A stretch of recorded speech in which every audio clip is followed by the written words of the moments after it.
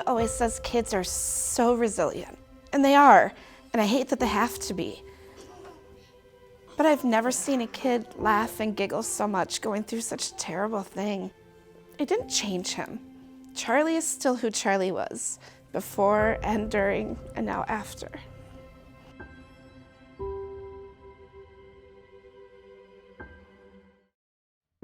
So in November of 2021, Charlie was diagnosed with hepatoblastoma, which is a very rare liver cancer. Incredibly, the oncologist here at Marshfield specialized in pediatric liver cancer. And one of the first things she said to us was, I know this is terrible news for you guys, but understand that this is my jam. Like, this is what I do. He needed a really large surgery where they took out part of his liver and his intestines to treat it, and then he got 6 months of chemotherapy. And it was some rough stuff. It was chemotherapy that could affect his heart. It was chemotherapy that could and did affect his hearing, but he came out the other side in remission, which is what we asked for. Charlie did so great during chemo. We were here weekly for chemo. And Charlie's well-being was the #1 thing that everyone was concerned about. It wasn't about insurance or lines of communication. It was about what can we do for Charlie. And that's the kind of care we got here at Marshfield, was, you know, those little things making a difference. We didn't even really know what child life was before all of this. And yet they became some of the most important resources for Whitney and I. So Child Life Specialist helps provide that psychosocial support to patients and their families while they're in the hospital or coming in for clinic visits. I work with families as they're newly diagnosed with cancer. I help them understand what cancer is. I help the patient. I kind of take all of the medical jargon that they hear and kind of simplified it into terms that the child would understand. I was there helping with distraction. He loved music, loved all the noise, rattles and things that we had, and so we would sing as he was having his port accessed. He obviously didn't love having his port accessed, but he continued to smile through it, and the best part was as soon as he was done being touched, he was back to his playful, smiley self. Music therapy, which he loved. He loved music therapy. I usually describe music therapy as using music as my tool. So I'm here in the hospital to help with symptom management, coping, just like emotional support, things like that.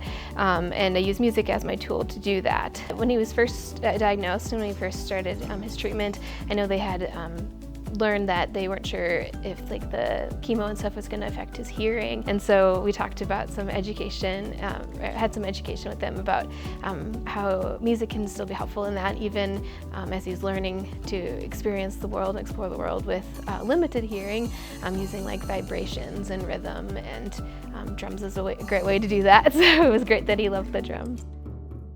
The end of chemo was an accomplishment for all of us, you know. And Child Life threw a big party.